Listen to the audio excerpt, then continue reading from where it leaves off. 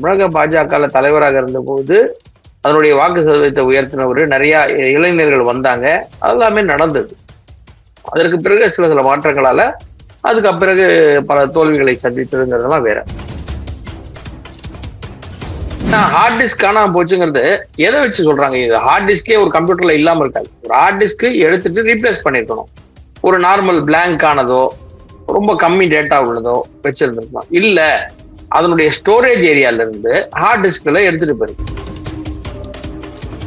Heart டிஸ்க தூக்குனதுல பாத்தீங்கன்னா out sourcing, ஏஎம்சின்னு சொல்லுவோம், annual maintenance contract, அது கொடுக்கப்பட்ட நிறுவனத்துல இருந்து எடுத்திருக்காங்க. ஆனா அவங்க அதுக்கு கரெக்டா அந்த என் நம்பர் உள்ள அந்த ஹார்ட் டிஸ்கை மட்டும் எதுக்கு தூக்கணும்? இந்த ஹெட் ஆபீஸ்ல போய் இபில இருக்கிறத கரெக்டா அந்த ஹார்ட் டிஸ்கே தூக்கணும். விஜய் அவர்கள் திருச்சியில் ஜெயித்திருக்கிறார், அங்க நேரு வந்து இருக்கிறார், ஜெயிச்சிருக்காரு, அவரை காலி பண்ண முடியல. கோயம்புத்தூர் அதே மாதிரி செந்தில் பாலாஜி ஜெயிச்சிருக்காரு, எடப்பாடி ஜெயிச்சிருக்காரு. ஸோ இந்த 2 மாவட்டங்களை இவங்களால பெரிய அளவுல பணம் உள்ள இந்த பெரிய தலைவர்கள் அப்படிங்கும் போது அந்த ஆட்சி வந்ததுல இருந்தே பாக்குறதுல இருந்தே தாவேகாவோட ஒரே முடிவு அதிமுகவை மட்டும்தான் காலி பண்ணணும், திமுகவை காலி பண்ணக்கூடாது. இப்போ நான் சொன்ன மாதிரி தாவேகா வர்சஸ் திமுகங்கிறது இப்ப இருக்கு. நாங்கள் தாவேகாவுக்கு ஆதரவு, ஆனால் திமுக கூட்டணி கட்சி தான் நாங்கள். அவங்க திமுக கூட்டணி தான் இருக்கிறாங்க, பிரச்சனை இல்லை. கம்யூனிஸ்ட் தான் இங்கதானே இருக்கு. தமிழக பாஜகவில இருந்து விலகி அண்ணாமலை அவர்கள் தனி இயக்கத்தை தொடங்கி இருக்காரு. வரக்கூடிய நாட்கள்ல கட்சியை வந்துட்டு அறிமுகப்படுத்த இருக்கிறதாகவும் பொது தேர்தலை வந்துட்டு சந்திக்க இருப்பதாகவும் தகவல் கொடுத்திருக்காரு. இதனால தமிழகத்துல என்ன மாற்றம் ஏற்படும் நீங்க நினைக்கிறீங்க சார்? தமிழகத்துல ஒரு நல்ல ஒரு மாற்றமா இருக்கும்னு தான் எதிர்பார்க்கிறேன். ஏன்னா ஆக்சுவலா வந்து இப்பவே திமுக அதிமுக இதெல்லாம் வேண்டாம் சொல்லி ஒரு ஒரு குறிப்பிட்ட ஒரு எண்ணிக்கையில தாவேகா ஜெயிச்சு வந்திருக்கிறாங்க. புது கட்சி, புது இளைஞர்கள் அப்படிங்கிற விதத்துல வந்திருக்கிறாங்க. ஸோ இவர் ஏற்கனவே அண்ணாமலை அவர்கள் தமிழக பாஜக தலைவராக இருந்தபோது அதனுடைய வாக்கு சதவீதத்தை உயர்த்தினவர், நிறைய இளைஞர்கள் வந்தாங்க, அதெல்லாமே நடந்தது. அதற்கு பிறகு சில மாற்றங்களால அதுக்கு பிறகு பல தோல்விகளை சந்தித்ததுங்கிறதெல்லாம் வேற.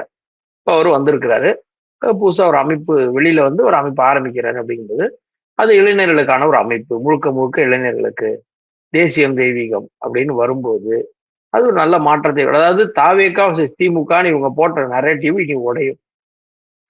தாவேகா வர்சஸ் அண்ணாமலை, அந்த பாஜக சித்தாந்தம் அந்த மாதிரி போகும். டைரக்டா 2 சித்தாந்தத்துக்கு இப்படி வரும். திமுகங்கிறது காணாம போயிடும், அதிமுகங்கிறது காணாம போயிடும். இப்ப 2 கட்சி மட்டும் தான் இங்க இருக்கும். அப்படிங்கும்போது 2 சித்தாந்தங்கள், ஒன்று இவர் திராவிட சித்தாந்தம் தாவேகா பேசினால் திராவிட சித்தாந்தம், இன்னொன்று தேசிய சித்தாந்தம். இந்த 2 மட்டும்தான் இங்க இருக்கும். அந்த விதத்துல ஒரு மாற்றம் வரும். தேசியம் தமிழகத்தில் மீண்டும் மலர்வதற்கான வாய்ப்புகள் இருக்கிறது அப்படின்னு தான் பார்க்கணும்.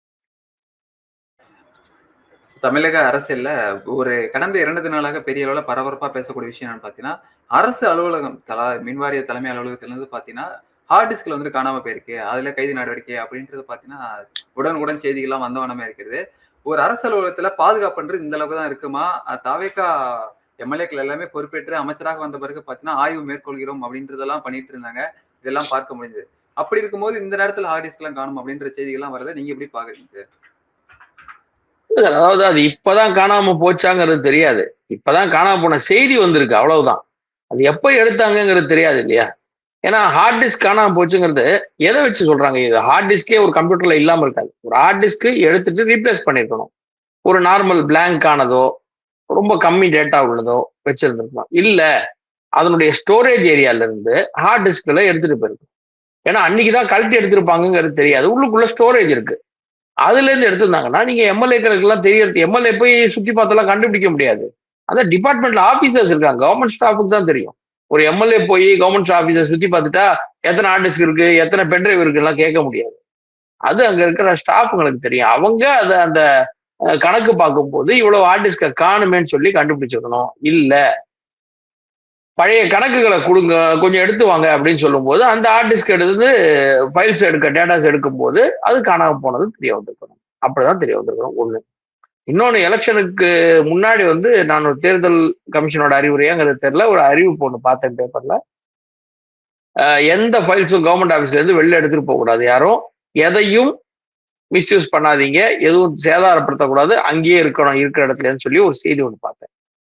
இப்போ ஒருவேளை ஃபைல் தானே சொன்னாங்கங்கிறதுனால இவங்க ஹார்ட் டிஸ்கை தூக்கிட்டாங்களான்னு தெரியல. இந்த ஹார்ட் டிஸ்கை தூக்குனதுல பாத்தீங்கன்னா அவுட் சோர்சிங், ஏஎம்சின்னு சொல்லுவோம், ஆனுவல் மெயின்டெனன்ஸ் கான்ட்ராக்ட். அது கொடுக்கப்பட்ட நிறுவனத்துல இருந்து எடுத்திருக்காங்க. ஆனா அவங்க அதுக்கு கரெக்டா அந்த என் நம்பர் உள்ள அந்த ஹார்ட் டிஸ்கை மட்டும் எதுக்கு தூக்கணும்? இந்த ஹெட் ஆஃபீஸ்ல போய் இபில இருக்கிறத கரெக்டா அந்த ஹார்ட் டிஸ்கே தூக்கணும். ஏன்னா அது பல வருஷம் டேட்டாஸ் இருக்கும், 1 2 கிடையாது, பல வருஷம் டேட்டாஸ் இருக்கும். அவ்வளோ ஹார்ட் டிஸ்க் இருக்கும்போது ஒரு நம்பர்ஸ், குறிப்பிட்ட நம்பர்ஸ் மட்டும் தூக்கியிருக்காங்கன்னா அவங்களுக்கு யார் சொன்னது? இதை மட்டும் தூக்குங்கன்னு யார் சொன்னது? சரி, அதை கடையில விற்க போகும்போது அவங்க வந்து மாட்டிக்கிட்டாங்க. சார் நார்மலா இந்த மாதிரி ஹார்ட் டிஸ்க் எடுக்கிறவங்க எல்லாம், ஏஎம்சி இந்த மாதிரி பண்றவங்க எல்லாம் கடையில கொண்டு போய் விற்க மாட்டாங்க.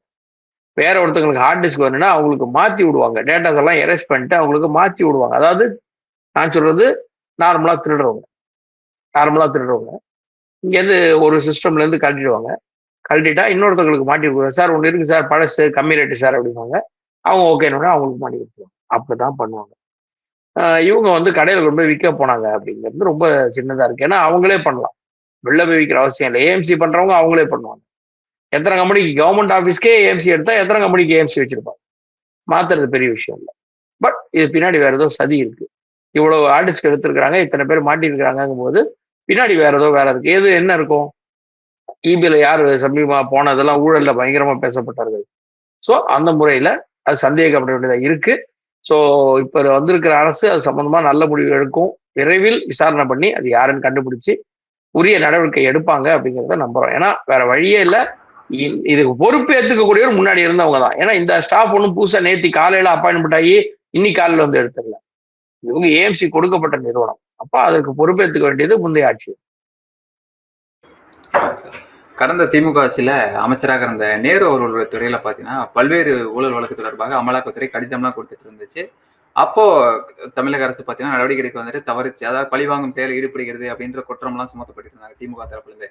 இப்போ வழக்கு பதிஞ்சிருக்காங்களே இந்த தாவேகா அரசுல, ஊழல் வந்துட்டு அளிப்போம் அப்படின்றது சொன்னது வந்துட்டு நிறைவேற்றாங்களா, எப்படி ஃபார்மாலிட்டிக்காக இதை பாக்குறதா சார்? இல்ல சார், இது 4 5 விதமா பார்க்கணும் சார். ஒண்ணு, இதை யூஸ் பண்றது எப்படிங்கிறத பார்க்கணும். முதல்ல நீதிமன்றம் இப்பவும் கொடுக்கலன்னா அடுத்து கண்டனம் தெரிவிக்க வேண்டிய நீதிமன்றம் கண்டனம் தெரிவிக்கின்ற நிலைமையில போயிட்டு இருக்கு. ஏன்னா அது வலுவான ஆதாரங்கள் ரொம்ப நாளா கடப்புல போட்டிருக்கீங்க அப்படிங்கிறது ஒண்ணு இருக்கு. ஜுடிஷியல் வந்து அது மேல கண்டனம் தெரிவித்து விட்டால் அது ஆட்சிக்கு கெட்டது. ஒண்ணு சார். ரெண்டாவது, இப்போ விஜய் அவர்கள் திருச்சியில் ஜெயித்திருக்கிறார், அங்க நேரு வந்து இருக்கிறார், ஜெயித்திருக்காரு, அவரை காலி பண்ண முடியல. கோயம்புத்தூர்ல அதே மாதிரி செந்தில் பாலாஜி ஜெயிச்சிருக்காரு, எடப்பாடி ஜெயிச்சிருக்காரு. ஸோ இந்த 2 மாவட்டங்களை இவங்களால பெரிய அளவுல பணம் உள்ள இந்த பெரிய தலைவர்கள் அப்படிங்கும் போது இந்த 2 லீடர்ஸ் மேல இருக்கிற அந்த ஒரு வழக்குகளை விரைவா முடிச்சா அங்க இருக்கிற திமுகவோட பலத்தை கட்டுப்படுத்தலாம். ஸோ தாவேக்கா அந்த இடத்துல பலம் பெறும். அது ஒரு வகையா பார்க்கலாம்.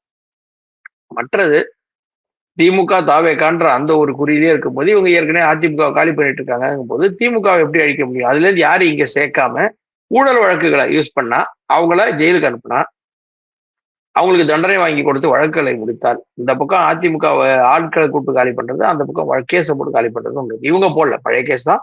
அதை விரைவுபடுத்தி துரிதப்படுத்தி இவங்க நடவடிக்கை எடுக்குது அப்படின்னு பண்ணாங்கன்னா எல்லா விதத்துல பார்த்தாலும் இது ஆட்சியை தக்க வைத்துக் கொள்ள ஒண்ணு, தன்னுடைய கட்சியை வளர்த்து கொள்ள ஒண்ணு, கெட்ட பேர் எடுக்காம இப்போதைக்கு அவங்க போட்ட கேஸ்ல இருந்து அதை அப்படியே ஆதாரம் கொடுத்தோம், நாங்களா எதுவும் தரல பாருங்க, எங்களுக்கு எல்லாம் பழிவாங்கிற எண்ணம் இல்லை, நீதிமன்றம் கேட்டுச்சு கொடுத்தோம் அப்படிங்கிற நிலவையில இந்த திமுகவிலிருந்து இவர்களை திட்டுபவர்களிருந்து தப்பிக்க ஒரு வாதமும் வைக்கலாம். ஆனால் இது வந்து இதுவா பார்த்தா ஜுடிஷியலோட கண்டனத்துக்கு ஆளாக வேண்டாம். நமக்கு எதுக்கு பிரச்சனை? பழைய கேஸ் கொடுத்த ஃபைல் அப்படியே கொடுத்துருவோம், அப்ப திமுகவையும் காலி பண்ண மாதிரி ஆச்சு அப்படின்னு சொல்லி முடிவு பண்ணிருக்கணும். அப்பதான் பாக்குறாங்க.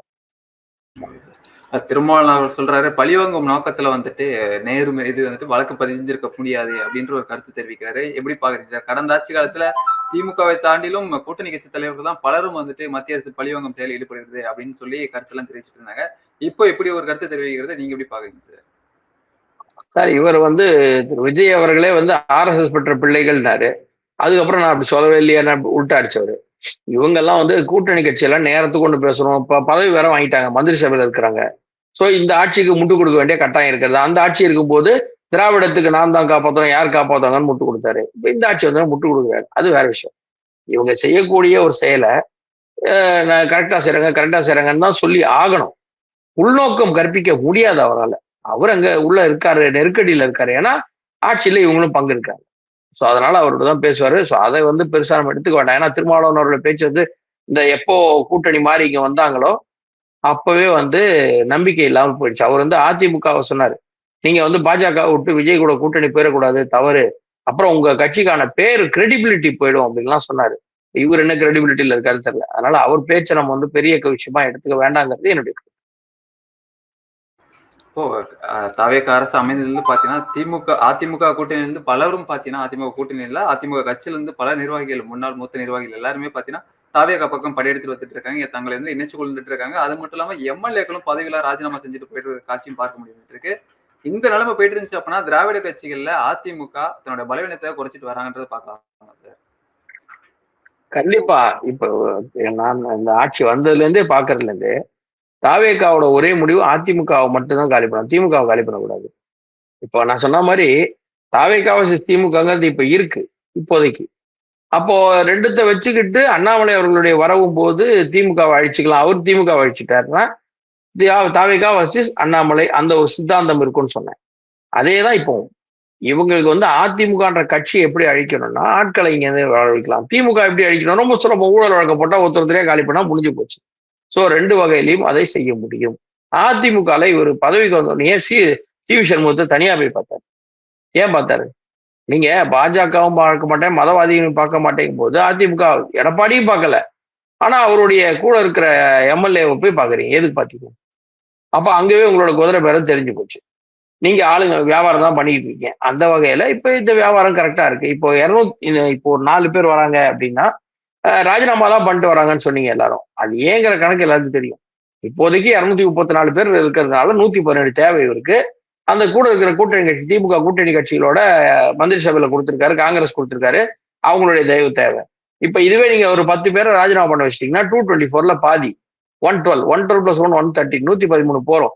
அப்ப அவருக்கு இருக்கிறது 108 5 காங்கிரஸ் ஸ்டடியா இருப்பாங்க.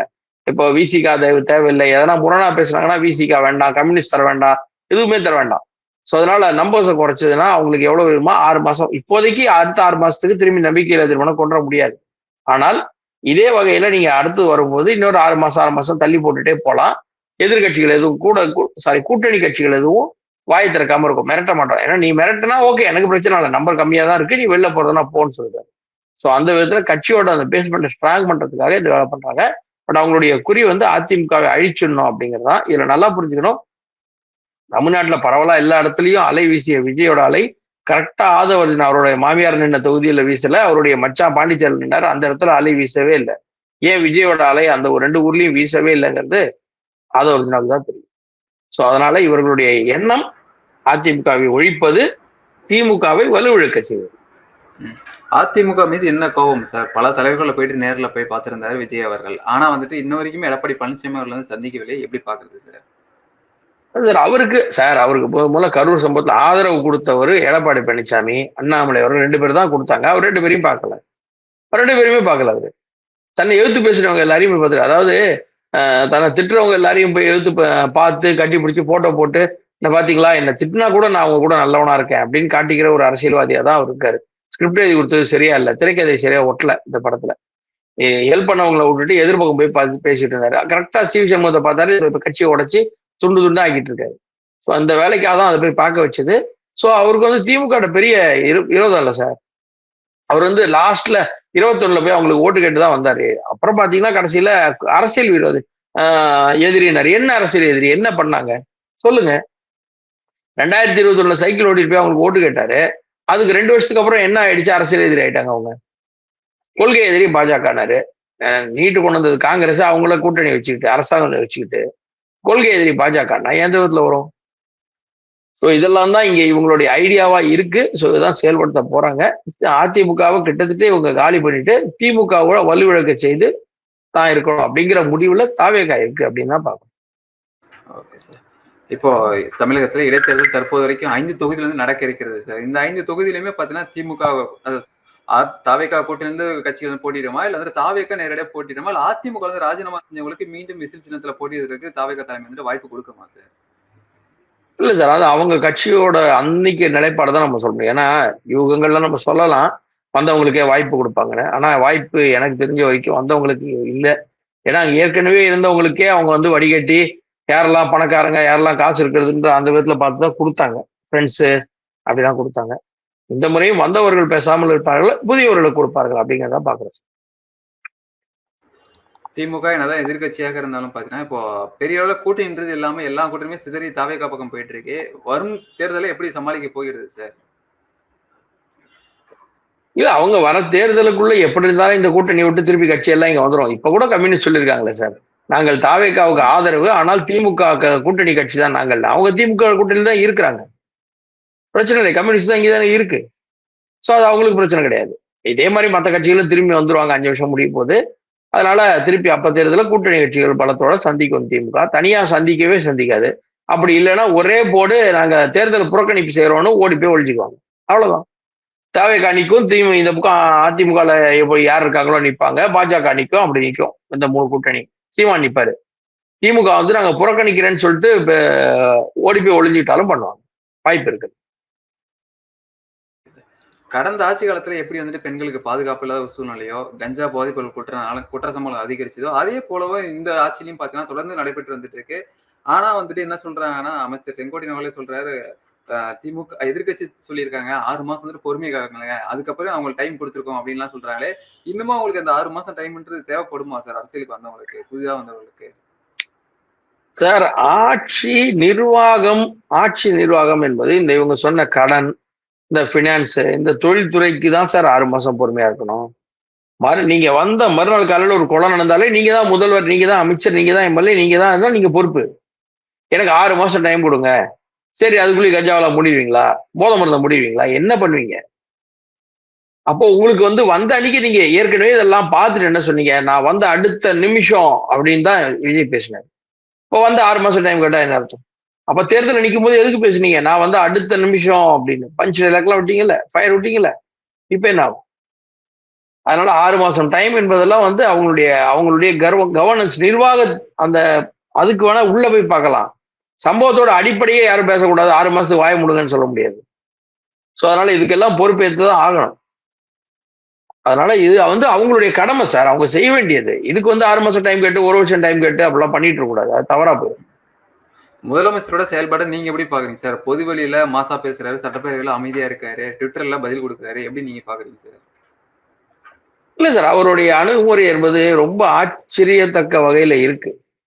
எதுவுமே பேச மாட்டேங்கிறாரு, ஆனா வேலை ஒண்ணு உள்ள செஞ்சு விட்டுறாரு. இப்போ முதல்ல பாத்தீங்கன்னாக்க சனாதனத்தை ஒழிக்கணும்னு உதயநிதி பேசினாரு. அன்னைக்கு அடுத்த நாள் தன்னுடைய ஜோசியரை தூக்கி தன்னுடைய ஆலோசகரா போட்டாரு. அதற்கு அடுத்த நாள் கூட்டணி கட்சிகள்லாம் சொன்ன உடனே தவறுன எடுத்துட்டாரு. அதாவது உதயநிதிக்கு பதில் சொல்ற மாதிரி ஒரு சனாதனவாதி ஜோசியம், அந்த ஜாதகம் அதெல்லாம் பார்க்கக்கூடிய நம்பிக்கை இருக்கக்கூடிய ஒருத்தரை வந்து நான் ஆலோசகரா போட்டிருக்கேன். டக்குன்னு அடுத்த நாள் கூட்டணி கட்சிகளுக்கு மதிப்பு கொடுக்குறேன்னு தூக்கி வெளியில எடுத்தாரு. இப்ப அவர் இந்த பக்கமும் ஒரு தடவை கோல் போடுறாரு, அந்த பக்கமும் ஒரு தடவை கோல் போடுறாரு. சோ அவர் வந்து எந்த பக்கம் என்று யாரும் புரிந்து கொள்ள கூடாதுங்கிறதுக்காகவே அவர் ஒரு முகமூடி அணிஞ்சுக்கிட்டு நான் இப்படிதான் பண்ணுவேங்கிறத யாருக்கும் யூகிக்க கூடாதுங்கிறதுனால எதிராகவே பண்ணிக்கிட்டு இருக்காரு. பட் சம்திங் நல்லது நடந்தால் நல்லதுதான், மக்களுக்கு நல்லது நடந்தால் நமக்கு ஒரு மகிழ்ச்சி தான்.